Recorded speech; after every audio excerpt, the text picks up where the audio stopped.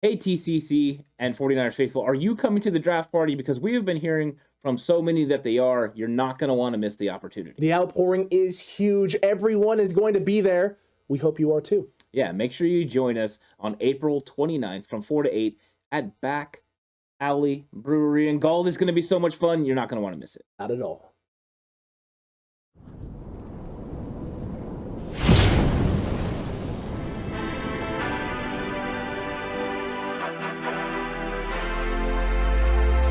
From the alley-oops at Keysar to the glory days at the stick. From who's got it better than us to brick by brick. It's always the 49ers way. From off-season to game day. Yeah, we talk back. It's the 49ers cutback.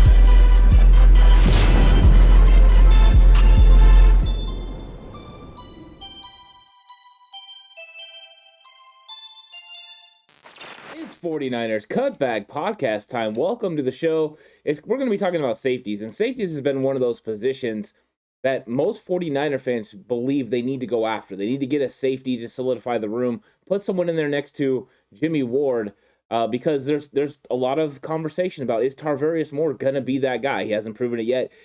Could Talanoa Hufanga take the next step in coverage? We're not sure. But there's a lot of safeties in this draft, and the Niners are picking at 61. They could potentially walk away with a very nice safety that could slide right in there and take Jaquiski Tartt's job. Yeah, they could. They could at 61. I think you and I both can agree, right? After 61, it becomes a lot harder to get a guy at the safety position that maybe is a bona fide, solidified starting option for the 49ers. So if they're not necessarily in love with the guy at 61, or if there's a better player on the board at another position at 61, then the guy you may be selecting if you're going safety route might not necessarily be a guy who can slot in right away as a starter, but maybe he's pushing and competing, is definitely going to have to add something in the special team. So there's a lot of options, there's a lot of way for the 49ers to really take a look at this. So Cutback Crew, make sure you hit that like button right now. Subscribe if you have not already. And if they haven't hit that subscribe button, I don't know what they're doing. And then hit that notification bell because you don't want to miss any more of the draft breakdowns and prospects because we still got a handful of them. And you know the Cutback Crew wants to continue getting plugged. The draft party. You guys want to come to the draft party. We know that. And the best way to do all that is make sure you're subscribed because you'll get plugs. Trust me, you'll get plenty of plugs. Yeah, there's going to be lots of fun times for the draft party. And one of the ways that you're going to be really prepared for the draft party is knowing who the 49ers could select with that pick 61. That's going to be a hot, topic as we move forward. And as I was going through the safeties and really breaking them down, there's only a few players that received a star player from me. I thought that there was a lot of depth in this position, but a lot of guys that were developmental pieces, guys that were going to come in, they could possibly compete for the starting job, but I'm not so sure that they don't have the similar weaknesses to the guys that we already have playing next to Jimmy Ward. And I even found one guy that when I watched him, I just kept getting reminded of Jaquiski Tartt, and as a developmental piece later in the draft, that might make sense as someone you bring in, and eventually he could become a Tartt caliber player for you down the road. Well, and I am looking forward to seeing who that comparison is going to be in Cutback Crew. If you're excited as well, let us know in the chat, and everyone that's here, welcome TCC. Good to see y'all. Good to see y'all on this wonderful Tuesday and leading into tomorrow's incredible War Room that they're not going to want to miss out on either. That's going to be a lot of fun. So look, let's dive into this thing. Let's take a look at the first gentleman available on the board that would be an option for the San Francisco 49ers at the safety position, and that's obviously going to be Jalen Pitre. You've heard us talk about him a lot. You've heard a lot of the Cutback Crew if you've been on the channel, and a lot of other 49ers content creators talking about Jalen Pitre, the safety out of Baylor. Yeah, his stock started rising after the Senior Bowl. It was a guy that just flew up boards. Him and JT Woods are very good safeties coming out of Baylor. True. But Pitre has a lot of flexibility to be able to play in the slot and also play, the deep third and everything you have to do with the safety position. He is a star player for me. Watching him on film, he absolutely erupts. I mean, you can just see the things that he does, the change of direction, the hips, everything. It's all fluid. I wrote down very disciplined eyes as well. He was always focused on his targets. He's a ball hawk, plays bigger than his size at 5'11", 198 pounds. So that was something that I really liked. And then he's a solid blitzer, like a really good blitzer off the edge. It gave me K1 Williams vibes as I'm watching him come off the edge. It was all things that I like to see. And the thing I really loved was that when I got to try to look for negatives, I couldn't find those negatives. I wasn't writing down negative things. I was very impressed with this player. It made me wonder how in the heck he's going to be there at 61 and how somebody's not going to take this guy earlier than that.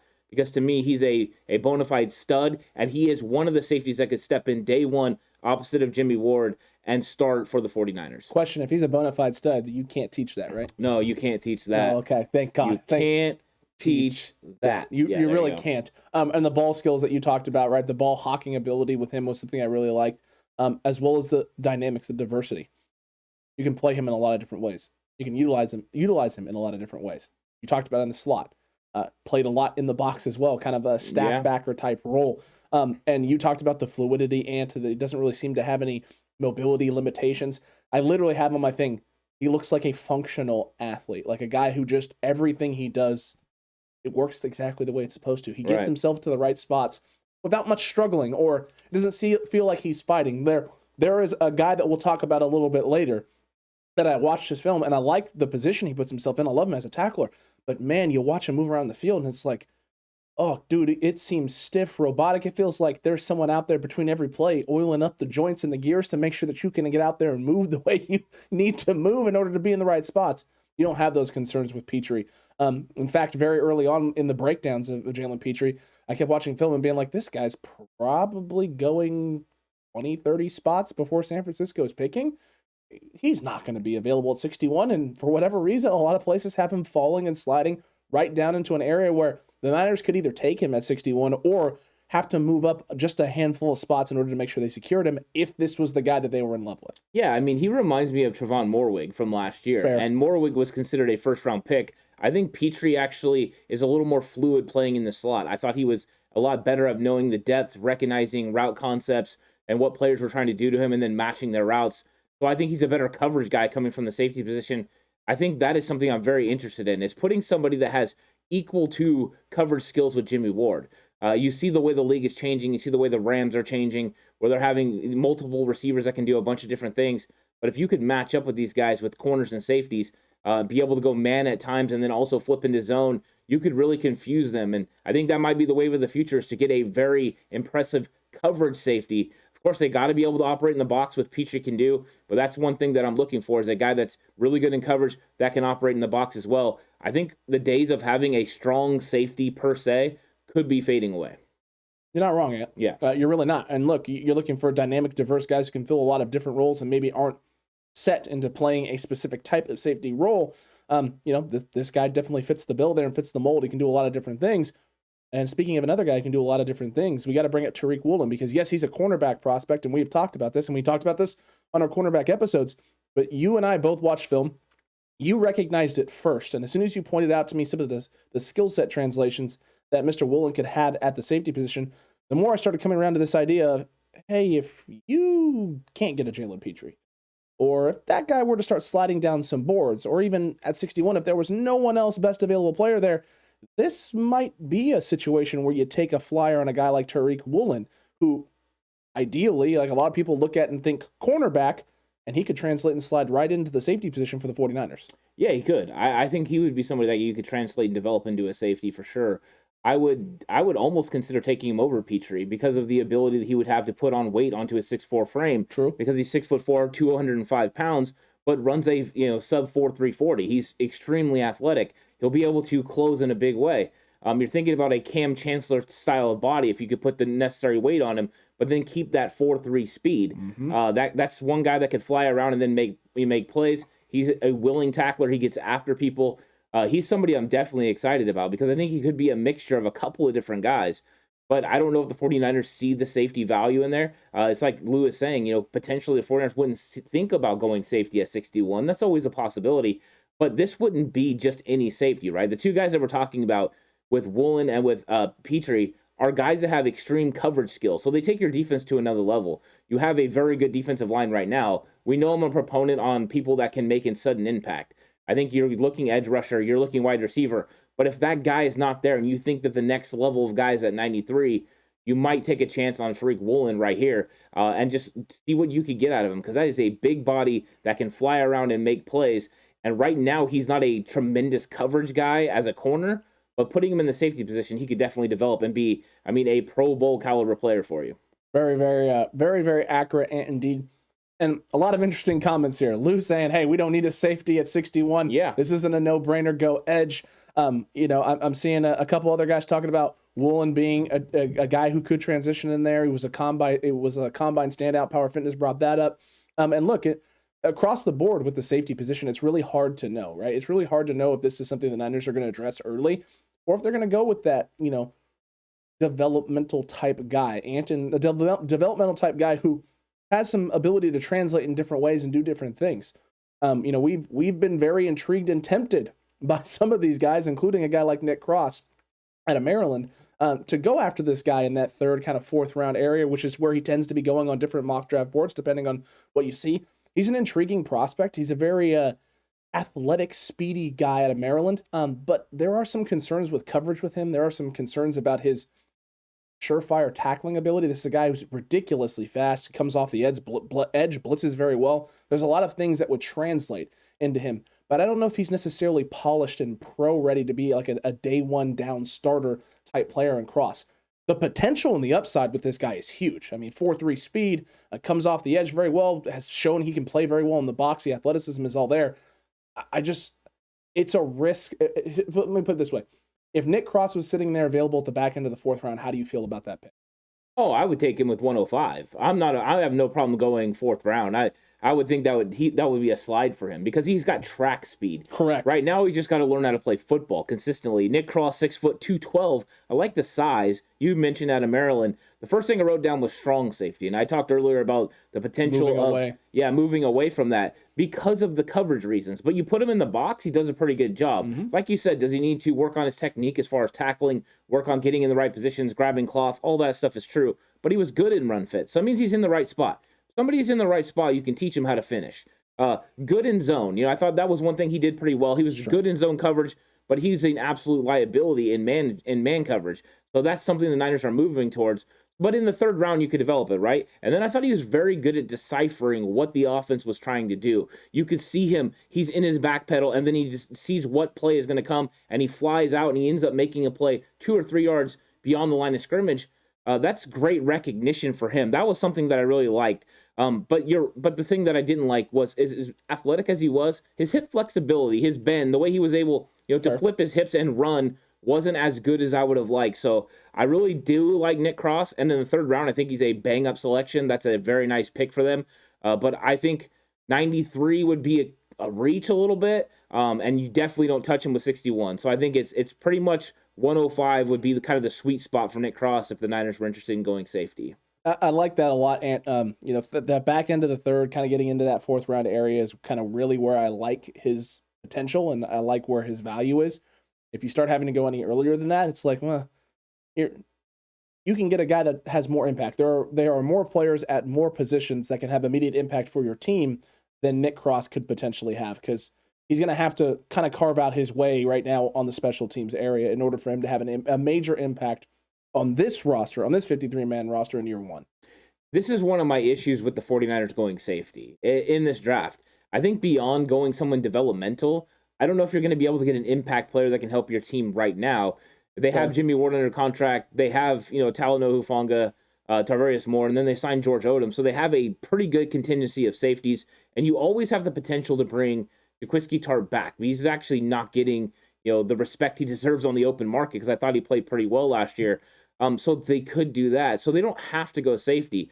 I think it's one of the big-time guys or one of the developmental guys, and I wonder where Nick Cross fits in that because there's going to be a lot of talented players that can impact your team in a different way sitting at 93 and 105. But I think he's one of those guys that's talented, and I seen Lou say we don't need any box safeties. He's right. We don't need any more box safeties because we have Hufanga. He handles that. The difference between Cross and Hufanga, though, Hufanga is lacking the speed. Cross has the speed. What Cross is lacking as far as Hufanga are the same things, except Cross has the speed. Similar players, but Cross is faster. But that's why I don't know if you select him there. Besides Pitre and Woolen, as far as players, I'm not huge on taking a player like this early as far as safety. I'm in the same boat as you, man. I really want to talk myself into safety. I want to, more than anything, because I think it's a hole, especially with no Tartt. I think it's a glaring hole with a lot of questions. You think it's a glaring hole? I think it's a glaring hole with a lot of questions. Okay. Because I haven't seen enough from the other pieces to feel very comfortable with it. That being said, we had a glaring hole going into last season with cornerback depth. I thought we had two guys who could start, and I liked K1 in the slot, but if any one of those guys went down, I was sitting there going, we got we got problems. I think we have depth with the secondary position. I think there's a lot of guys who are good plug-and-play guys. The problem is we only have one bona fide starter, it feels like, right now at this moment. So it's like sitting there going, can you get another? Can we re-sign? Is Tart going to be the guy that we bring in? This is where I think the Niners are kind of looking at things. I think they like the options they have and that they're fine with maybe a rotation of guys playing different responsibilities and roles this upcoming season, hoping that one of them can, at some point, maybe make the role and the position stick and be theirs, like earn it for sure. But I think they would like to draft a developmental guy, which would mean later, right? I think they'd like to be able to move on from Jaquiski Tartt, get younger at the position, get a guy they can mold into being their everyday guy. But I don't know if they don't necessarily hit on that guy in this draft, they may go the Tartt route. I think that's what leaves the safety room like kind of so much up in the air and why it's so maybe hot or cold with 49ers fans in this draft. Yeah, and I seen that Jay Elliott brought up Jaquan Brisker, and the reason we're not talking about Brisker, he's probably going to go early second round, maybe even late first round. Very talented football player. Mm-hmm. That's why we're not considering him. We don't think the Niners would make that move up to go ahead and get a Brisker, but a very talented player. And there's a lot of players, including Hamilton, that's extremely really good. So I think that there are players that are that we're going to talk about still that I like. But yeah, I think this is one of those interesting places because like you see people in chat saying at 93 I would go edge, and that was William Roberts. So I think that there is a little bit of a thought on what positions are really have that much value and how good Tarvarius Moore and Hufanga actually are. Agreed with you there. And look, we're getting a lot of good names here from chat. Rome the Upsetter just brought up Verone McKinley. He brought up, he was talking about Javon Holland from last season, but he brought up Kirby Joseph, Verone McKinley, and JT Woods. Let's start with Kirby Joseph, safety Illinois, the Fighting Illini ant, known for the secondary, known for guys who've translated fairly well to the league. How do you feel about this gentleman? Yeah, Kirby Joseph, 6'1", 203 pounds. First thing I wrote down was special teams ace. You watch any of the film, you start seeing him play gunner. He's flying down there. He's making tackles. That's an instant impact for a football team in a way that he can make the roster. He makes plays. He's just a guy that just makes things happen. So he's going to fly around. He's going to make things happen. And then I thought he had really good eyes. He knew where things were. He could focus on what he needed to look at and what his reads were and then get to it. But he's not that great at run fits. He wasn't a guy that was in the right locations, and when he went up to make plays, he would overrun it. So he was somebody that I was like, wait a second, the 49ers count on their safeties to be very impactful in run fits, and he wasn't doing that. So he's somebody that needs work, and I've seen the value on him be as high as in the 60s and 70s. I don't put that value on him because of the things that he doesn't ultimately match up right now with what the Niners need. So I think he's a guy that needs some development. But if they're drafting him to develop and for special teams, like if he slipped into the fourth round, then I would take him.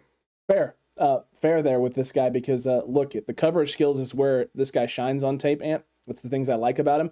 It is not the run situations. It's not run fits. It's not being in the right spot. In fact, Ant, he felt like a last line of defense safety is what he felt like on film when watching him. Mm-hmm. He's not someone who's flying up into the box to necessarily be making tackles, and when he is flying up into the box, he's usually not in the best possible position to make said plays. So I like Kirby Joseph in terms of coverage ability. The things that he did in zone coverage, like you said, eye tracking. He's also very good with lateral movement, fluidity. There were times where he would show, he sees a quarterback looking left, and he's moving left with a guy, knowing the guy has an in-breaking route, setting up, giving the look of, hey, there's going to be this window here that you can throw into, and he very easily transitions from moving laterally, left to right, right to left, back and forth. And so he's able to create a lot of tips, deflections, tough catches, and some interceptions, especially in the red zone. Those are all great things. I love those things. But the Niners have relied on their safeties to also come up and make run tackles, right? Be guys who are involved, aggressive, and assertive in the run. He seems like he's a willing tackler, but I don't know if he's necessarily a good scheme fit in terms of coming up and being a run-stopping force in the box. And that's why I have pause. Right. That's why I have pause with it, and that's why I like kind of what you said, right? Letting this thing fall, the further this gets away from, pick 93, 105, the better. The better for the San Francisco 49ers. Yeah, I agree with that. And I seen P. Murr said, I have a late-round sleeper for Ant. Quentin Lake, UCLA, not fast, but makes plays. Oh, and he's Cardinal Lake's son. The funny thing is, so I was on Lake before. Quentin Lake is somebody I watched before the combine. I watched him today, actually. So I got to watch some Quentin Lake today, so I'm very fresh on Quentin Lake. As a late round guy, like P. Murray is saying, that is a very, very solid choice because he's a guy that just knows what's going on, right? I'm not going to break him down too much, but he knows what's going on, and he understands what his roles are. So yeah, for sure. If you're thinking about taking safety late, and you do take safety in those positions where they can help with special teams, those compensatory picks in the 6th, Mr. Irrelevant in the 7th, if he was able to fall that far, that would definitely be a hotbed for Quentin Lake. I like it. I'm going to have to watch some more Quentin Lake. Yeah, you should. It's fun. I'm going to need to watch some more Quentin Lake. He's smart. He's a super smart player. Well, hey, you know how we like our smart secondary players. And Definitely. That's one of our favorites. William Roberts just brought up Reed Blankenship. We can get around to Reed in a little bit. We actually like Reed Blankenship around here. I think it was Jay Elliott that asked about Jalen Watson from Washington State. Do you guys think he can transition to safety? I don't think I've watched a lot of Jalen Watson film. Yeah, you know what? I haven't really gotten into Jalen Watson, so Jay Elliott, I will definitely be turning on Jalen Watson here in the next couple days. If I can turn him on tonight, then I'll talk about it in the Q&A episode on Thursday. Or maybe even tomorrow, but it's going to be packed. But I would love to watch that because I am looking for cornerbacks that potentially could translate to safety, because I think the Niners are doing that. They were talking to Webb from, believe it's Montana State. True. So they are doing things like that. So I think whenever the Niners start doing that, pay attention to what they're doing. It could be pulling attention off, or they could be going a certain route. And one of the ways that could be going is that they're looking for a more coverage style safety to put along with Jimmy Ward. It's true. They could be going that type of route, that type of direction, Anthem, especially if you don't feel like you need any more box safeties because you have a bunch of guys who fill that role. Looking for a guy who can get out there and cover in space. Yeah. Rome the Upsetter is talking more about Verone McKinley. He's saying he's heard Earl Thomas type safety. I don't know about that necessarily. I did see that equated to, actually. They said the coverage of Earl Thomas. Okay, that's slightly better because I don't think his overall game necessarily translates to Earl Thomas in and of itself. What did you like most about him? Because I did see some good things from him. I think that he's an efficient tackler. I even liked how he, for the most part, the games that I watched, a couple games that I watched of his film, I thought that he filled run scheme, like his gaps in the run scheme, he filled those areas. He doesn't always necessarily make the best play or is in there dominating or destroying guys, but I think he knows where he's supposed to be and he's in the right spots. Like you talked about earlier, right? If you're in the right spot, you can clean up the rest of it in terms of being in space and being willing. What did you like about Verone McKinley, and where do you think this makes sense if you're the Niners? Yeah, Verone McKinley was somebody that I was really excited to watch, and he's 5'10", 198 pounds from Oregon. So he doesn't have the height normally that you would see from a safety, but the size is pretty good. The first thing I noticed was the ball finds him. He doesn't just find the ball finds him. A fumble will all of a sudden roll over to him. He'll knock it to himself. The overthrow, he intercepts it. So he's always finding a way to get the ball. He closes quickly. So he's able to put his foot in the ground at that 45, get up and press the receiver real quick when the ball's in the air. I really like that about him. And then he's a very good single high safety. So if you're playing in the cover 3, he's got a lot of range. He can cover sideline to sideline, hash mark to hash mark. I like that. The question I have for him sometimes is his physicality in the run fits. When he comes up, he has to go extremely low. He's an ankle biter. He has to get after these guys that way. And I wonder if that can hold up. But the playmaking ability is there from a safety. If you're going to task Jimmy Ward with playing in the box, Verone McKinley could play the other half. He could take over what Jimmy Ward's role has been. You could put him in the slot and he could hang in there. He's a very talented player. I understand the coverage part of the Earl Thomas comparison. The run part is not there. Thomas could do it all, and he can't do it all right now. Could he develop? Yes, potentially. Put more weight on his frame, potentially, because he is pretty slight. But yeah, I think that if you're looking for a guy that creates turnovers, for some reason, this guy's a ball magnet. He is. That's actually, ball magnet was in one of my pros. Yeah. It was the last thing I wrote down for this guy. The ball finds him. He somehow finds a way to be in the right spots, be in position. And part of it too, Ant, may be the fact that you had Kayvon Thibodeau down there and talented edge rushers causing quarterbacks to throw under duress. And because this guy's putting himself in the right positions, you have quarterbacks throwing under duress, he's able to go up and make plays, or at least be in a position to make plays, and he's coming down with them.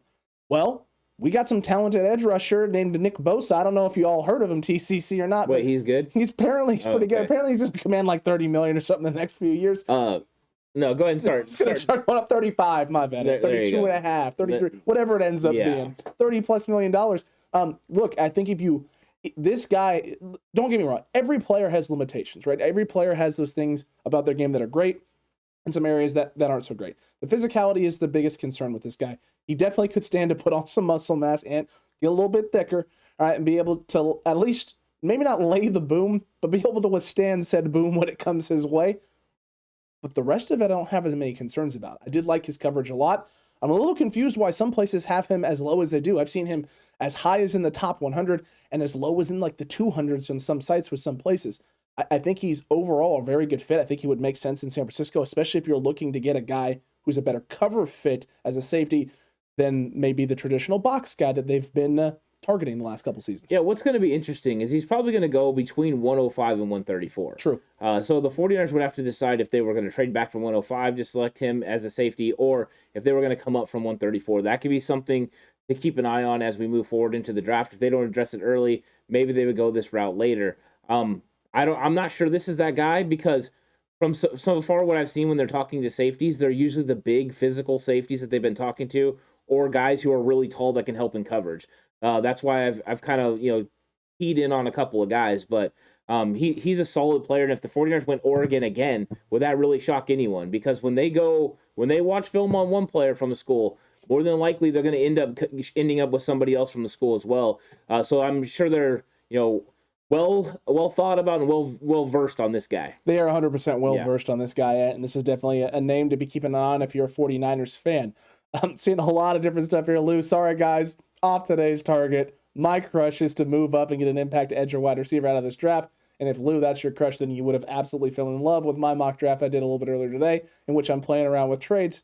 I was able to trade up and get myself Boy Mavi and Christian Watson and keep pick 105 of all things. Yeah, you think that's impressive, but you didn't see what I pulled off on my last mock draft. Did you finally figure out the formula, Ant, to move up? I just worked out something, and let's just say this. I got impact players for Trey Lance, and still got an edge rusher later. Oh, even better. Yeah, but I did walk away with, in the same draft, Christian Watson and John Mechie. Oh, I love you. Yeah, and just called it fun, and I also walked away with D'Angelo Malone as well. Oh, solid. I was feeling good. I got myself a center in the future because I got Alec as well. So did you get him at like what, 180? 150? No, I was moving all around. I was trading up. I was trading back. I was John Lynching. I love it. Yeah. And let's just hope we get some more of that John Lynching come the actual draft time. More drafting and moving up. And Gary, you're right. Hit that like button right now. We're sitting at 21. Let's get this thing up. There's 30 of you here. Let's get to 30. Get to 30 likes. Get us 9 more. We appreciate that. And let's move on from Verone McKinley, a guy the Niners have to be familiar with because they spent some time looking at Oregon gentlemen last year. Let's take a look at Bryan Cook out of Cincinnati. This is a guy and a name that 49ers fans and TCC members in the chat have been talking about. A few of them have brought it up. Someone brought it up a little bit earlier as well. But this is the gentleman I was referring to, Ant, that looks like he's got some mobility issues because when I watch that film, I see stiffness a lot. I do like a lot of the things that he does. I think that he tackles very well. He comes up in space. He's got a very high IQ. I like him in coverage. I just have concerns about fluidity and movement at the next level. Okay, this is where we're gonna break and we're gonna go opposite directions. Okay. Bryan Cook is a star player for me. 6 foot, 206 pounds from Cincy. I liked a lot of things that he did. Great instincts. He's a big hitter. He plays long. He drives on the football, and he's good in run fits. Yeah. Those are all things he does really well. My questions about him are as in deep coverage. So when he gets put into deep cover situations, he can lose track of a receiver. That was something I was concerned with. But this guy absolutely pops on film. He jumps. I liked him a lot. I didn't have as many questions with the athletic ability that you have with the hips and the fluidity. To me, it looked like when he was in his back pedal, he was able to flip his hips and get going. So I really like him a lot. I think, in fact, for me, he was moving up boards. And if he went 105 to the 49ers, I would think that was an excellent selection. I don't know if I necessarily hated it at 105. The big thing for me is just mobility and athleticism and coverage and space, deep coverage. Because I don't have as many questions with this guy in the box. I did like his IQ. The thing you brought up with the intelligence and run fits being in his spots, you don't have concerns with that with Bryan Cook. For me, it's more of just speed and getting off some blocks at times. It looked like at times he didn't shed or didn't get off get off some blocks that I thought he could have done. Now, granted, it's a lot easier in hindsight to watch film, see leverage angles where the running back is going to be going and being like, man, you probably could have made that play there if you were a little bit better off being able to shed it and get off of blocks in space. So real easy for me to sit back and judge and critique. But we'll see. I do think he would fit in the Niners scheme. His skill sets do translate. I just wonder about the top level potential of what he could be. You got to look at coachable things. If the things that are his weaknesses are coachable things, then you're happy about it. If they're physical things that he's never going to be able to improve on, then you got to think that those are red flags. But if they're coachable things like hand placement, getting proper angles, being able to shed blocks, you coach him up, and then you have a extreme talent that can do the things that you want him to do. So that's what I'm looking for. I'm looking for those extreme traits, and one of those things is intuition, and he knows where to be. And when you know where to be, you can overcome physical limitations if you see them. I didn't see them the same way you did, but like I said before, in the eye of the beholder, some players or some people see it, some don't. And some, I mean, that's just the way it is. And I just see him as an extreme scheme fit for the 49ers, and I'd be willing to go that route. Hey, and I'm not going to blame you there because I do see the traits that you're talking about that make him a scheme fit. So we'll see what the Niners decide to do. And who knows, man? I would love to be wrong on another pick, and it would be great. Yeah. Hey, when the Niners hit on guys that you think they maybe shouldn't go, it's even better, right? Because then it allows you to start looking at potentially draft prospects as well a little bit differently, because you get to look at the things that they saw, right? What they knew about it and what they believe they can mold. And once they prove they can mold something that maybe didn't fit, Aaron Banks is a perfect example of this. If this ends up panning out and working out, it changes how you start looking at certain prospects in the draft, because yeah, they may not possess those certain types of skill sets, but they're able to mold certain things and change certain things about the way a player plays to make it fit their scheme. Well, now the doors to a lot of different players open, and the avenues for how to draft become endless. Yeah, the question is, are you going to draft the guy for what he is or what he could be? Correct. The draft is about potential, so you're going to draft somebody for what they could be. You want to see their potential and then go off of that. Sometimes that bites you in the butt because a player doesn't reach their potential. Sometimes it's not because of anything you did, but because that player wasn't willing to make the necessary sacrifices. And then sometimes it's because the coach isn't good enough at teaching him and helping him develop. It can go both ways. But when it does marriage, you get a Fred Warner type situation. You take a player that maybe doesn't fit the normal linebacker mold. You grab him, you put him into the linebacker position, and then he's able to become an all-pro. So when you have that, it all couldn't happen, of course, without DeMeco Ryans, the excellent coaching. But that's what happens sometimes. You got to hit the right guys. So you get an idea of what these coaches and front office people are looking for in their scheme, and then you just try to go off of that. Hey, that's important. Donald Johnson just asked, what do you guys think of Lewis Cine? I think he's going to be a guy who goes in the top end of this draft, either first round or second round. I did like him, if you want a little quick breakdown. Yeah. I went ahead and watched him. 6'1", 199 from Georgia. I thought his hand usage was fantastic. He would knock balls out. He would grab wrists. He just put his hands in the right positions. He was very quick, and he closes super fast. Stupidly fast. Yeah, stupid fast. But he tackles really high. I mean, he goes and tackles people really high, and for his size, I was a little concerned about that. But this guy is for sure, the flashing-wise, into the first-round talent for sure. Won't be there at 61, but very impressed with him as a player for sure. Extremely impressive as a player, man. Leon O'Neal Jr. out of Texas A&M. Have you watched any of that? Yeah, I watched a lot of Leon O'Neal, actually. Right. I have aggressive. I felt aggressive. I haven't watched as much on O'Neal as I've watched on some of these other guys, but the first thing that stood out in my mind was aggression, getting in after things. At times felt overly aggressive, but that was only off of a handful of games watched. Yeah, he's a downhill player. I mean, that's what he is. He gets downhill real quick. He's good in the box, and he's physical. Those are the things I wrote down. There were some things that show out on film that are different from the combine. So I actually watched him on film and then went and watched his combine because I saw a clip of it before. On film, the hip fluidity, I don't see it. Like, I think he looks stiff. The recognition of route concepts is a little slow as well. But with the hip fluidity, when I went back and watched his combine, the hips look good. So I don't know if he's developing that, if he's getting better in that area, or if it's something that he just doesn't translate what he can do on a practice field to the game. That's a good question that we're going to have to find out. But at 6 foot, 204 pounds, he has good size and athleticism. And if you're looking for a guy that's going to rock your world, this is one of those guys. He gets in there and he hits people hard. So if you're wanting a guy that can play in the box, he can do that. The question is for the 49ers, is this guy better than Talanoa Hufanga? Is this guy basically Talanoa Hufanga? That's a good question. I think, in fact, Hufanga is more instinctive and has a better understanding of the route concepts right now. But Leon O'Neal is an interesting prospect because I want to know how that translates from practice to game. HR, gave us a nice hip shaking gentleman, and hips don't lie. There you go. Thank you, Shakira. So hips don't lie. Appreciate that from Shakira. And Leon O'Neal he's an interesting one. He is. I started watching it more recently in the last week and a half or so.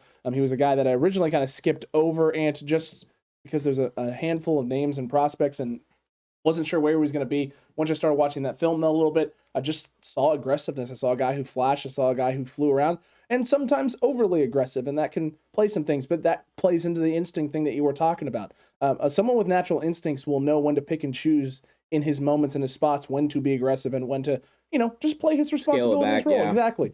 So that is also something that maybe with time and opportunity and more exposure, I guess, he could develop into that. But typically, if the instincts aren't necessarily there to understand that, that's harder to teach. Instincts is harder to teach. That's usually something naturally that you start to pick up and understand the more you play the sport. Yeah, you see players that are more instinctive than others. A lot of that will come from your instincts are unlocked as you feel comfortable in the scheme, if you feel comfortable with what you're looking at. So if you understand what your role is and then what the offense is going to do, it will unlock your instincts and you'll be able to operate. So you don't know for sure if that's something, when you say a player's instinctual, if that's going to translate, but usually it does. So these players being intuitive and understanding what's going to happen or understanding route concepts is something that's important. It could develop if they get a better understanding in the NFL, but that's not one of the things that normally translates at the level of some of the other character things that you could teach. Fair enough, Ant. Fair enough. I like that a lot. Who's another guy? Who's another name coming up here on this list that you're liking and thinking the Niners need to consider this?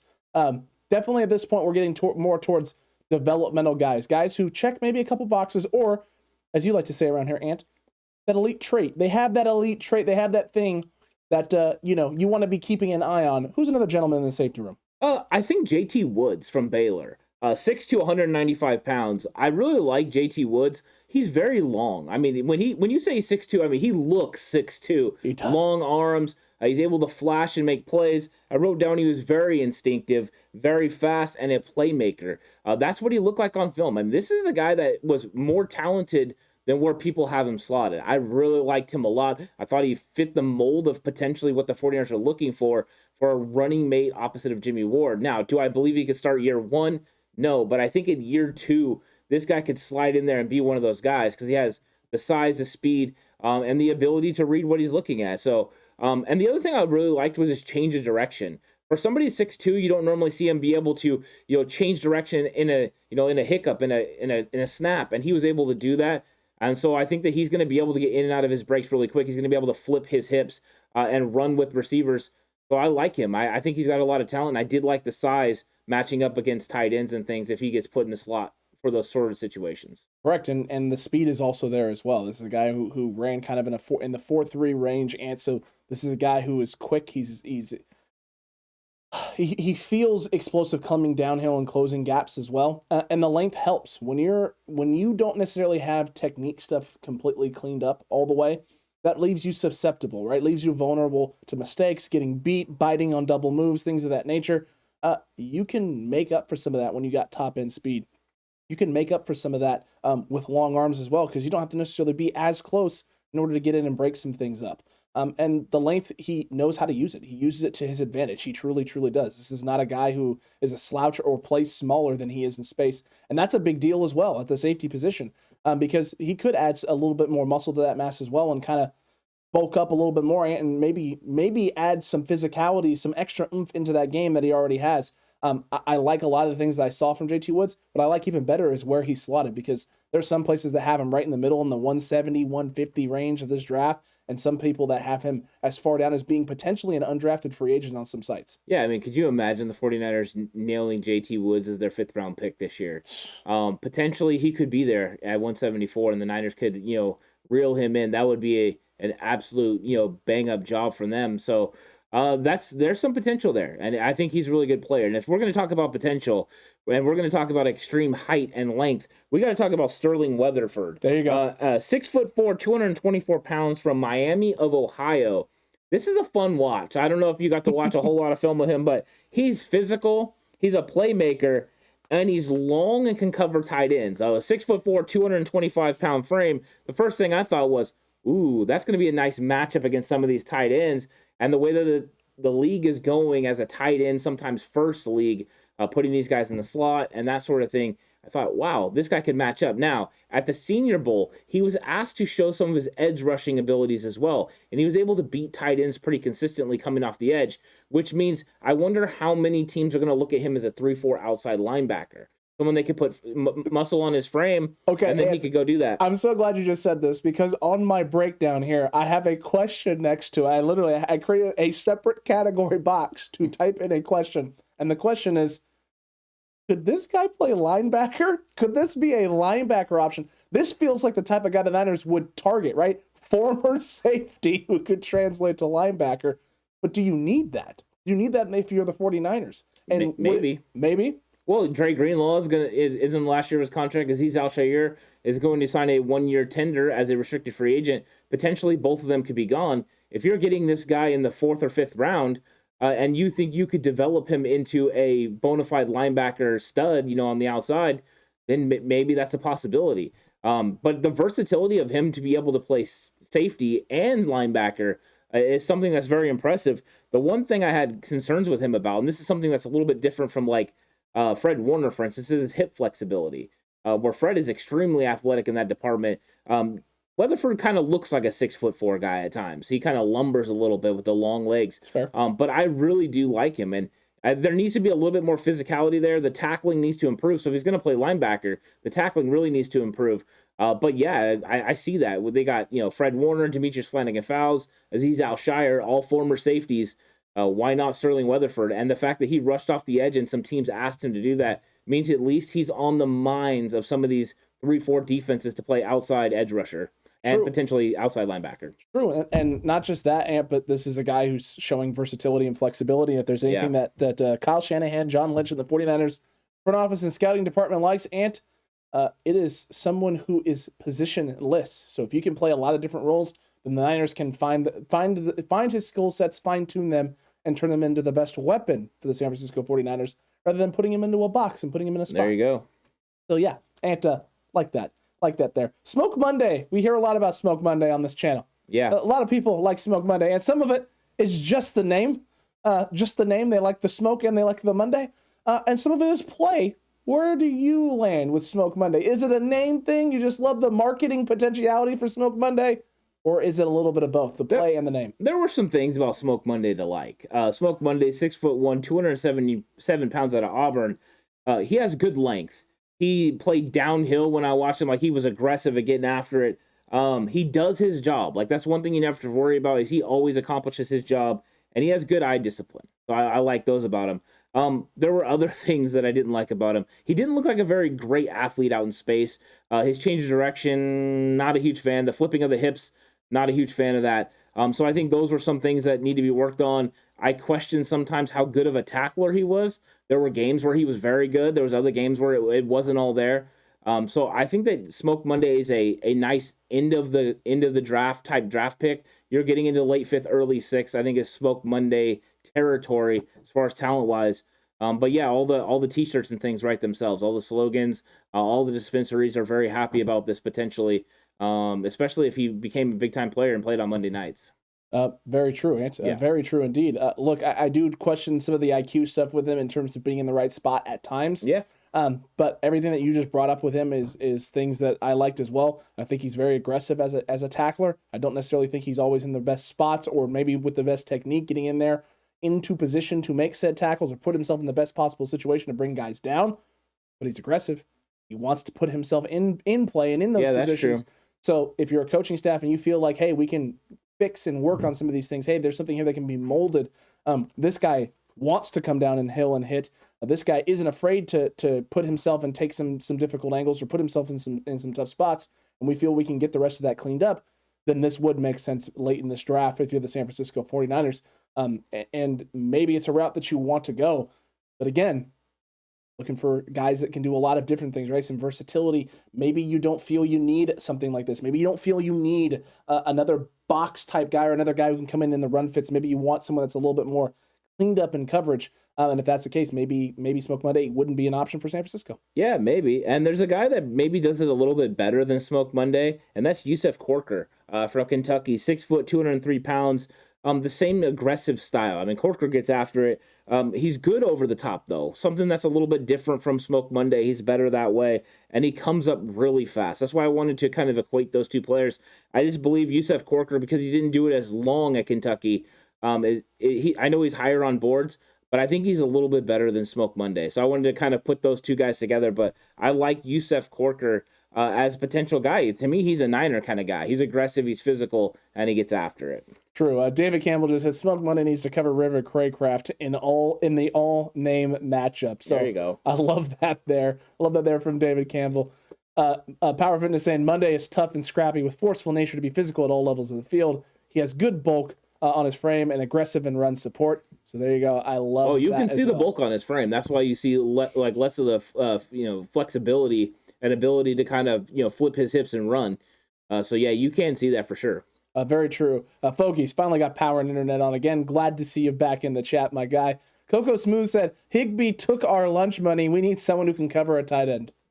Yeah, I mean, and that could be one of these guys early on, or it could be as easy as putting a different player on him, and maybe even a corner. You know what I mean? Going with an extra corner is something that you might want to do against these more athletic tight ends, and not worry about going with the safety. So you might see some different sets eventually from the 49ers. Dante Johnson might be somebody to keep an eye on because he did play some safety last year, and if they feel like he could transition into being a guy that can go in there and play on a tight end, they might roll with that.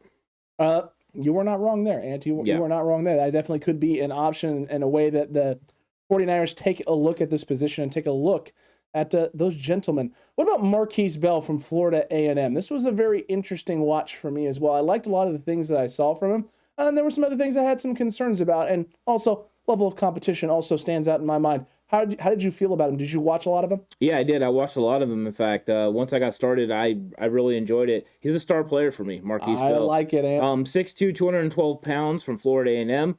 I thought he was a natural athlete, good in run fits and good in the box. He's got to develop his cover skills even more, but I liked all the things around the box. And then he plays long. I know he's 6'2", but he played even longer than that. That was something I really liked. Let's see. I thought he could get turned around a little bit, and he needed to get better footwork. Yes. Those were things that I saw that he needed to work on.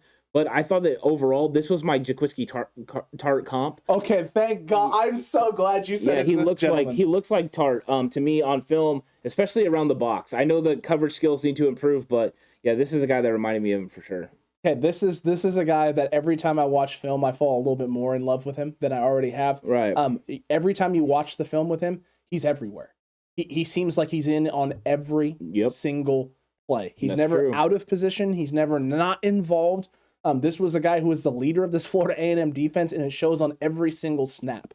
You don't have concerns about toughness with this guy, grit with this guy, willingness, want, desire, all of those things, like the intangible stuff, shows up in the film on every single snap, on top of the fact that he's making plays behind the line of scrimmage, blitzing off the edge, coming in on run fits, making big plays. Yes, there are concerns about coverage. Yes, there are some technique things that can be cleaned up, and he can work on footwork. He can work on being in a little bit better position at certain times with certain different things. But this is a guy who was a highly touted recruit, went to a small school, stood out at said small school, has shown flashes of being a guy who is a leader and a guy who, has took the brunt of the responsibility for the defense on his shoulders and has come out the other side probably a much better version of himself.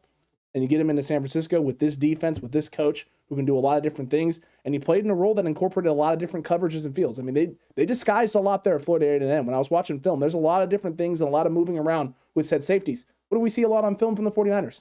Moving around of said safeties. Yeah, and I mean, he's not going to start year one. He's going to have to develop. He can go out there, though, and help you on special teams because he's an absolute hitter and a good tackler. So, yeah, I like this guy a lot, and I would be happy if the 49ers took him at some point in this draft. Well, look at that from Bryan Cook disagreement in terms of not seeing the same thing out of the same guy to us both enjoying this gentleman, Marquis Bell out of Florida A&M. Cutback crew, let us know what you thought about all of those two gentlemen that we talked about earlier, Cook and Bell. Ant, is there another guy, another individual here? I know you had brought up Quentin Lake. We're starting to get to a point where he starts to come up on boards. Do you want to go further into your Quentin Lake? We got to go into Reed Blankenship. I love it, Ant. I mean, we've had conversations. Jay Ellie's brought up Reed Blankenship. Somebody else brought up Reed Blankenship earlier. Reed Blankenship, 6'1", 196 pounds from Middle Tennessee. And I actually had watched a lot of film of him last year leading in because he was leaning towards possibly declaring and then he ended up going back. But Reed has really good instincts. He comes up hard and he can play special teams. Those were the things I really liked. Now here's where it gets hairy. Reed Blankenship's athleticism is definitely in question. He's not super fast. He doesn't have a lot of quick twitch ability. He's not going to fly up on things as super fast. He changes directions, not there. And then the ball skill sometimes. Sometimes when he goes up and he's covering guys, he can get beat. I mean, he'll intercept the ball if it's around him. Don't get me wrong there. I'm just saying that if it comes down to receiver versus Reed Blankenship, receiver will probably win. But I like Reed as far as a super development player. 7th round, Reed Blankenship, get him in there. See what he can do. He's a practice squad guy that could potentially develop into a nice special teams player for you. But anywhere earlier than that, I'm not going with my man Reed. But I did like his film. I thought he was a tough player that played hard. His film is fun to watch. He's one of the all-time leading tacklers at Middle Tennessee State in the history of their program. So this is a guy, Ant, who is a seasoned starter. He started there for a majority of his college career. And in fact, he got some snaps and plenty of reps as a starter in his freshman campaign as well when he was there at Middle Tennessee. So this is a guy who's played. He's played football. He's played Division I football. He's played at a high level. He's seen a lot of different things. So you don't have necessarily a learning curve with this guy in terms of understanding maybe concepts and schemes. It's just the other things, right? It's some of the coverage stuff. It's being able to extend deep coverage. That's one of the big concerns and questions with this guy is if you have, a route and a quarterback who has time for a play to develop, is this guy going to be able to handle running the distance that it's going to require to cover said deep ball or said receiver? If you're going to go more man coverage and maybe some cover 2 stuff, maybe this fits a little bit better into what his skill sets could be, maybe. But I agree with you on the back end of this draft towards the later rounds that this would make sense. I have seen him as high as 150 on some places' boards. There are some places that are very high on what they've seen from him in terms of what his production could be or what they think he could turn into at the next level. But most of the time, this guy falls in and slots in around that late 250, 300 range where he's either going to be a back-end 7th round guy or an undrafted free agent. Yeah, I mean, I think he's got a lot of grit, and he plays hard. I'm not going to say anything. I'm not going to sit here and just say a lot of negative things about him, but I mean, that's where we're at in the draft, right? We're at that point where these guys are going to either be drafted late or they're going to be undrafted free agents that you want to bring in, see if they can compete and make your special teams, carve out a niche for them, a niche role, and that's who he is. Do I think he has potential to develop into something? Potentially. But the Niners usually have a deep safety room, and they've brought in guys that do similar things that he already does. But, somebody's going to get a guy that's going to go out there and give him a lot of effort, that's for sure. You're not going to question the effort with Reed Blankenship, and there's no way you can do that. What about Tyson Anderson? This is a name that constantly pops up in mock drafts around that back end of that round out of Toledo. Have you watched any of him? I have not watched any Tyson Anderson, no. Okay. I mean, the big things is some of the skill sets that you like, the ranginess with this guy. A little bit bigger guy, and he has kind of that hybrid linebacker feel to him. So it's a guy that caught my eye because I know he's going at the back end, and if you're the Niners, you draft safety. Sometimes that could translate into linebacker at 6'2", 210. Some of the skill sets that I saw from him, I felt that this was a name that at least 49ers fans could keep an eye on. Maybe not as a safety prospect, but if they did want to address linebacker, maybe they feel this is a developmental guy that could do that tweener role and play both. No, if you want to talk about a guy that plays safety that could develop into a linebacker for the 49ers, and that's Bubba Bolden. That too. Out of Miami. 6'2", 209 pounds. Had some really good instincts and is a very instinctive player, a pretty good tackler, can get after it, but somebody that could develop in that role. So I think if the Niners were going to go that route, he could be potentially one of those guys. He's going to be available late. You won't really have to take a big risk. The 49ers have proven when they're going after those type of players, they don't take a risk. It's usually somebody that's undrafted. Demetrius Flanagan-Fowles, is one of those guys. Aziz Al-Shire, another one. So they take chances on these guys late and then develop them into something special. I think that Bubba Bolden could be one of those guys. And then I'd be remiss if I didn't bring up my guy, Quentin Lake again, 6'1", 201 from UCLA. I like the intelligence. I just thought he just knew where he was supposed to be. He was very disciplined in his roles. What he lacked was the elite physical gifts that some of the guys that are at the position have above it. But if you're looking for a guy that will be in the right spot at the right time, he's your guy. I mean, that's one of those things that I really like about him. He plays in the box. He'll play in coverage. He has good ball skills. It's just not at the level of some of the guys in front of him, but he's a very good player. And I thought all around he was a solid draft pick. I like those names. And someone from the Cutback crew a little bit earlier had mentioned Quinterio Cole. I think is that Louisiana or is that Louisville? That I'm not sure. I have heard the name, but I have not watched any film on him. So TCC, let me know. I think it's Louisville. Okay. I haven't watched a lot of him at all. I've watched a smidgen of Quinterio Cole. You and I have kind of focused a little bit more on those middle range guys at the safety position and not as much as getting deeper into this pool. So, Cutback crew, if Quinterio Cole is your guy out of Louisville, let us know in the comment section right now what you like about him, and maybe we'll check out some film and see what's going on with that gentleman. I figured I might as well bring him up because I saw a couple of the Cutback crew mention him. But I like the two names that we kind of ended on here and that you brought up. Quentin Lake, been watching a little bit of his film, not as much. And Bubba Bolden is, I don't know, maybe one of the ones I wanted to talk about in Sleeper Gems. And maybe I'll get into that when we get the time because I do like me some Bubba Bolden out of Miami. Yeah, I mean, Bubba Bolden probably would have been higher up last year. I mean, that's true. Kind of how it was. And now he's, falling down boards, but he's still a physical specimen. He's got a lot of potential there, and somebody's going to land on him, and then he's going to come in and compete. He's one of those guys that has dog, and anytime you have those guys that have that about them, they have the potential to go in and make your roster. So, late round pick, you're looking for intangibles, and you're looking for extreme gifts. His could be that he's just so aggressive, and he's going to give you everything he's got. That's one of the things you liked about Juwan Jennings as a receiver. You're going to get the same similar thought process out of Bubba Bolden playing the safety position.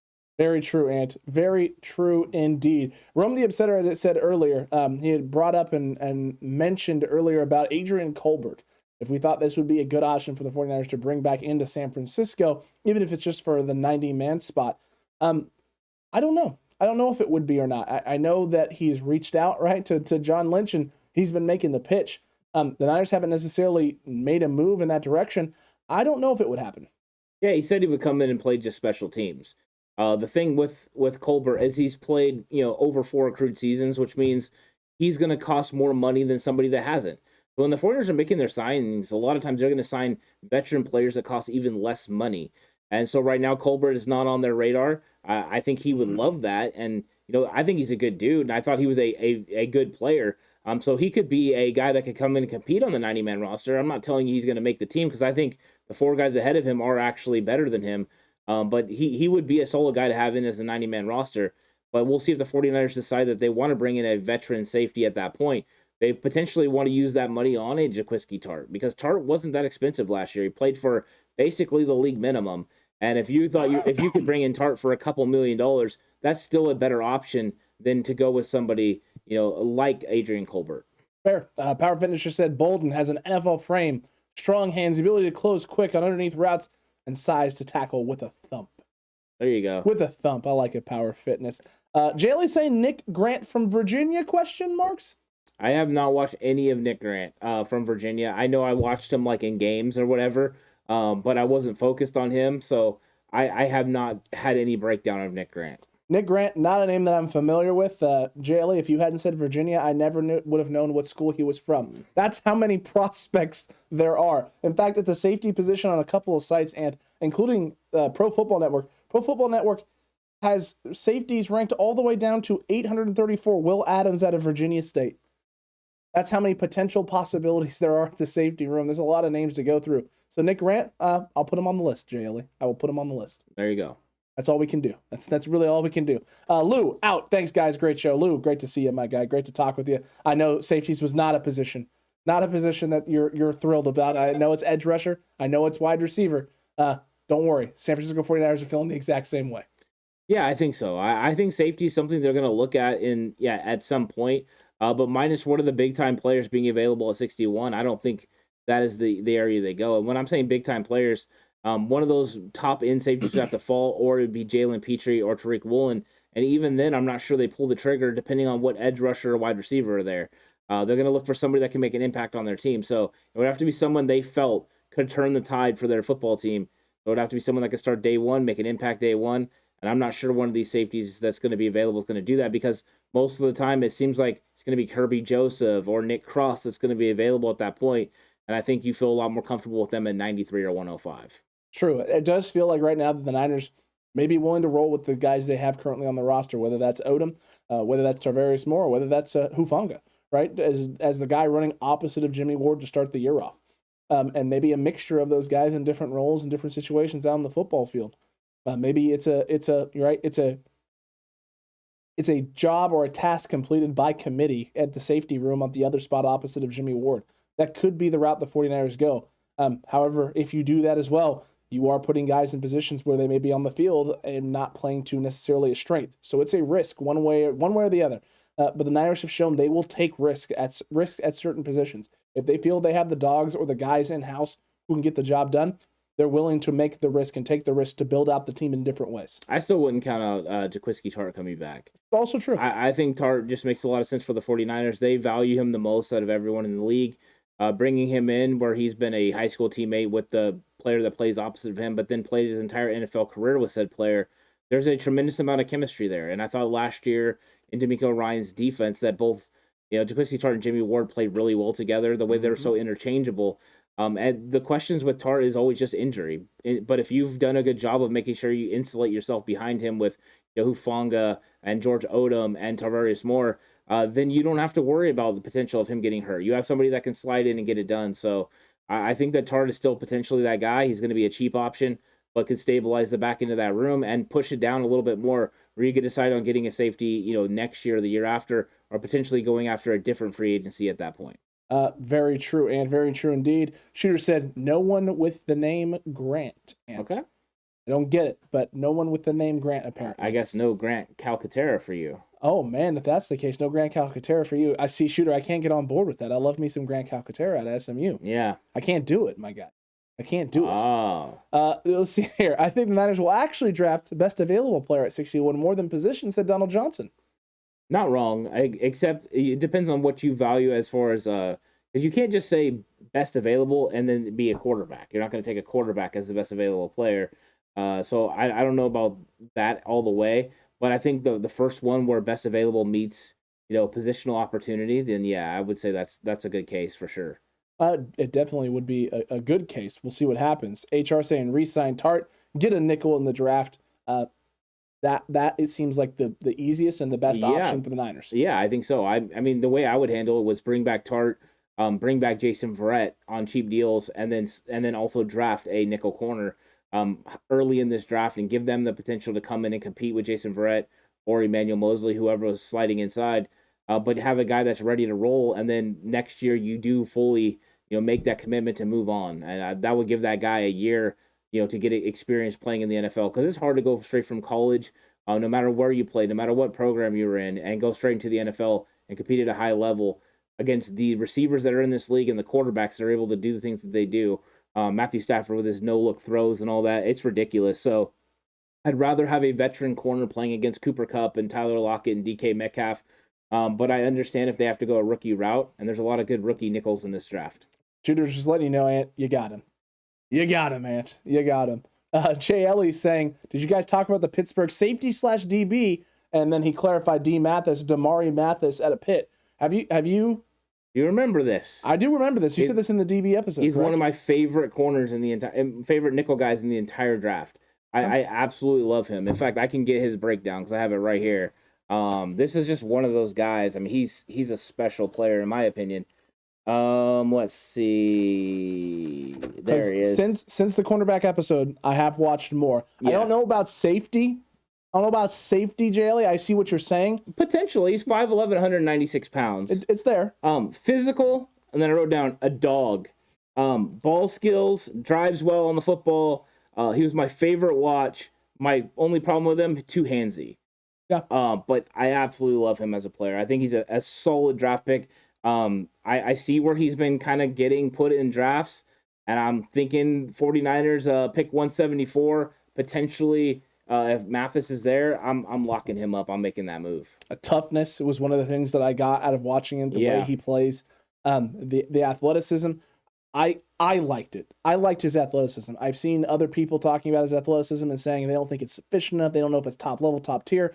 You don't have to be a top tier level athlete to make it at the next level. That's not how it works. K1 Williams doesn't have top tier athleticism. Correct. Does it help? 100% it helps. It will always help to be more athletic. And the football IQ it feels like it's off the charts, man. The more I watch him, the variety of different coverages that he watched, I started watching different games and different seasons of him as well. After I got familiar with this last year of film, he was asked to do a lot in a lot of different roles and a lot of different responsibilities. This guy seems very well versed and might be one of the more underappreciated names in this DB room coming up in this draft. Yeah, I hope no one keeps talking about him. Just don't even talk about him. Just let us be the only ones that do it. And this will be the last time he gets mentioned, unless no, he won't, because he's one of my favorite guys. I just can't not talk about him. He's a very good football player. He's aggressive. So I'm glad Jay Ellie brought him up, because I really do like him a lot. Well, I'm glad Jay Ellie brought him up again, Ant, because I forgot I watched more film on him. I also forgot how much you loved him. So Jay Ellie, salute to you, my guy, because that makes sense there. Rome the Upsetter, any reason why Kobe Bryant is dropping in mock drafts? Yeah, scheme fit. I mean, that's really what it comes down to. When I watched Kobe Bryant, I thought he fit in a cover 3 type scheme. That was what he was really going to be good at, and didn't really have all the man skills that I thought were necessary to play man coverage or press man coverage in this league consistently. That's why I think that he's a good player, but I think he is a 3rd round talent player. And this is one of the reasons that I think that when you're looking at the Cincinnati DBs, they were all very similar. But that's why Kobe Bryant could be sliding a little bit, is I think some of these teams are seeing him as more of a scheme fit than a guy that can do it all. And if you can get a do-it-all corner early in the draft, that's what you do, because then you have no limitations on what you can run. When you have guys who have limitations, it's all great when you're running something in particular, but then when injuries or things come your way, or a personnel grouping you're going against, put you in a bad situation, you need to be able to switch coverages. And we have scheme fit guys that can't do that. It limits what you're able to do, and then ultimately, how good you're able to do it. Fair. Very fair indeed. And usually when you got guys sliding in mock drafts, it tends to be that type of thing. People feel that the player is in a box, or that, they are not as diverse or dynamic.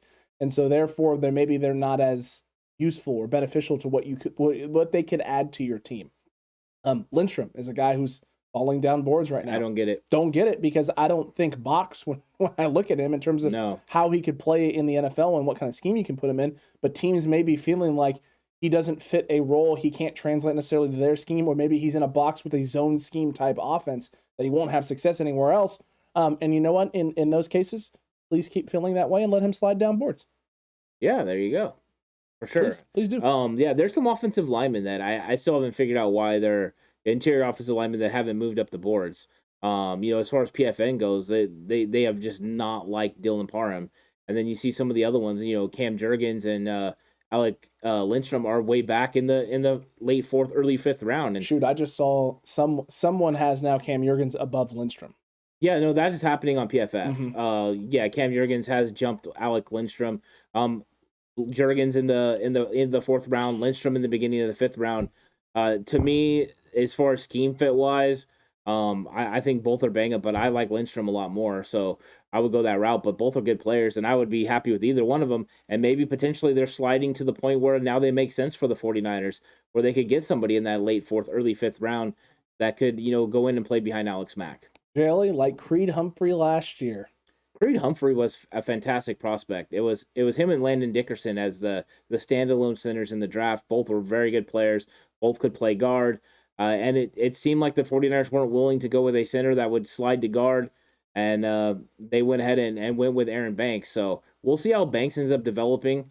And potentially, he's going to be a really good player. But that's crazy because Creed Humphrey wasn't all pro this year.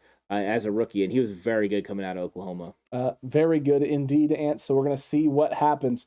Look, at the end of the day, safety may not be a position that the Niners address. They may like the room.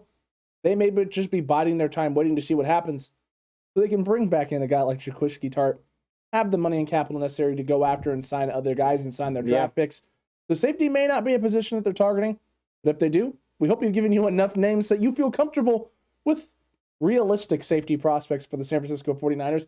Not these guys that are going to go in the early part of the 1st round, and not even necessarily a lot of guys who are going to go in that, that 2nd round spot, because there's going to be a lot of talented players there at 61 the Niners could use to address, to talk about different guys or address the team in different ways, either help your young quarterback or hurt these other young, athletic, talented quarterbacks in the league that you're going to be facing, because there's a lot of them. Yeah, you need explosive playmakers. That's what you need. You need guys that can get after it and affect the quarterback in one way or the other, either in a positive way for your own team or in a negative way for the opposing team. And that's what it's about. And that's what I'm about. Impact players with the elite traits. And that's what you're looking for in this draft. And there's some really good players in this from every single position. There's dynamite players and players throughout the draft that potentially aren't ranked as high as they should be, but maybe you can go latch onto them and they could become big-time players for your team. I'm interested to see how the 49ers and the Adam Peters and the scouting department see it and which players end up locking up, because we've had a lot of experience from the third round on. 3 through 6 lately has been fantastic. So I am curious how they handle this, and let's see what positions they target. That's very true. And Tommy just asked, is it safe? It is now, yeah. Yeah, we're not talking about safeties really anymore, Tommy. So if that's what you were referring to, then yes, it is safe. Safety talk is over. You can watch the replay if you'd like, Tommy. But you know what you could do, Tommy? You could let everybody know why they should be subscribing. Hit that subscribe button right now. We're trying to push our way to 3K, and we're on that quest for 3K, almost to 2,100, getting there. And look, we got a lot of fun stuff coming up on this channel. And from draft parties April 29th, 4 to 8 p.m. at Back Alley Brew, to a wonderful 49ers War Room episode 3 tomorrow that there's going to be a commercial for at the very end of the episode that you don't want to miss, that you should stick around to the end to, because if you didn't hear already, if you didn't know, if you didn't watch the socials, if you weren't a part of the members only live stream where we talked about it last night, or you didn't, you weren't a part of that last night, if you're finding out now, then Vish and Jordan Elliott will be on tomorrow for 49ers War Room episode 3.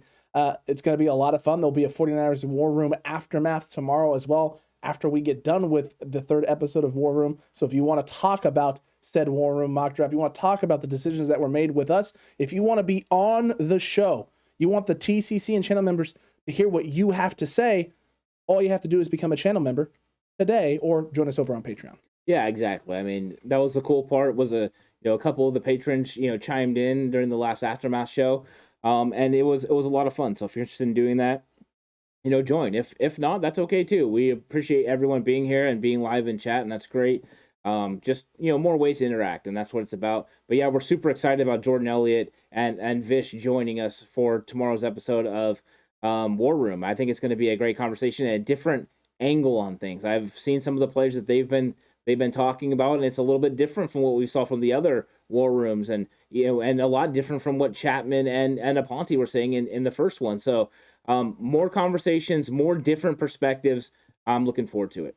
Very true. And Jessica and Megan plugging it for us there. We don't even need to plug it anymore. You see them there in the chat. They are all over it, and they are not wrong. Look, tomorrow is going to be a fun one. Vish and Jordan are both going to have a different take on this than everyone else we've had on this, which means more fun conversations, Ant, more ways to dive into this draft, and stirring the pot, 100% stirring the pot. And who knows, Ant, maybe we can convince Jordan to just trade away the entire draft like he kind of already did once already. Yeah, he did have some fun and trade away every single one of his picks for pick 29 and took Boy Mafi. Sure. He could definitely do that, and that would torpedo the entire War Room episode. Or we just hit the reset button. Yeah, but I think it's going to be exciting because the young cats are going to get after it, and we're going to have some fun conversations. And I know me and you are going to pitch our guys. We're going to pound the table for our guys, and they better choose our guys, right? They better. They better. If they don't choose our guys, I'm throwing a fit. Yeah, because Chapman and Aponte didn't really want to choose our guys. No. They didn't like it. No, they had their own guys. Yeah. And you know what? I don't blame them for having their own guys. Yeah. They're the GMs, right? At the end of the day, we're bringing you on to be the GM. Yeah. If you want to hijack and run with the draft, you have every right to do so. You're the general manager at that point in time. We got to make some more pitches the last time around. I like that. I like being able to make the pitches and our guys getting selected. We'll see if Vish and Jordan, if it's that way or a little bit more towards the other direction. And I'm curious if the same players get taken, right? Because there was a big difference between Chapman and Aponte's War Room in episode 1, 2. Bashar and we were forgetting about Aaron from First Takes. Aaron's First Take. Yeah. I got you. Thank you. It was different picks, right? True. There were a couple of people that were saying, like Marcus Jones was one that was the same. Kalen Barnes as well was the same. True. So I am curious if that happens again with episode 3. Look, one of these War Rooms, and I'm going to put my foot down for Grant Calcaterra. I swear I'm going to do it. I'm going to put my foot down for Grant Calcaterra. Make the pitch. I have a feeling that the young cats are going to backhand you on that one. There's a good chance. It probably won't be this next episode. I'm not going to lie. It won't be the next one. You're waiting? I'm waiting. It's got to be the right group of people. I made my Matt Ariaza pitch one pick too late yesterday. If I'd made it at 220, we walk away with Matt Ariaza, and I'm laughing because of the memes, because it's just great to draft a punter.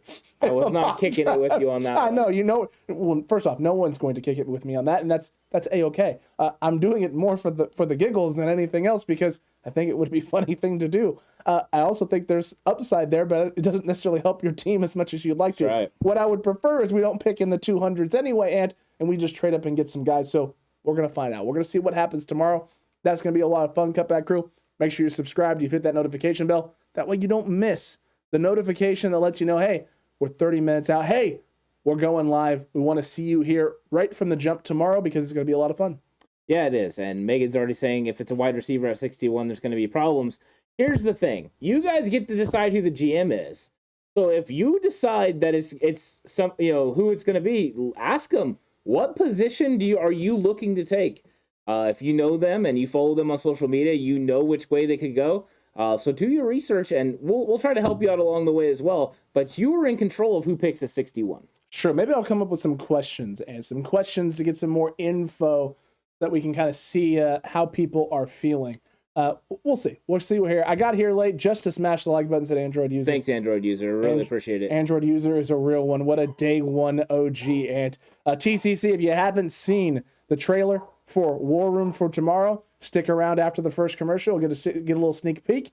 And we'll catch you tomorrow, 5 p.m. Pacific time, 8 p.m. Eastern for all you East Coast folks for 49ers War Room Episode 3 with Vish and Jordan Elliott. And it's about that time. Yeah, let's chalk another one up. Catch you later, TCC. Hey, TCC and 49ers faithful, are you coming to the draft party? Because we have been hearing from so many that they are. You're not going to want to miss the opportunity. The outpouring is huge. Everyone is going to be there. We hope you are too. Yeah, make sure you join us on April 29th from 4 to 8 at Back Alley Brewery in Galt. It's going to be so much fun. You're not going to want to miss it. Not at all. The San Francisco 49ers select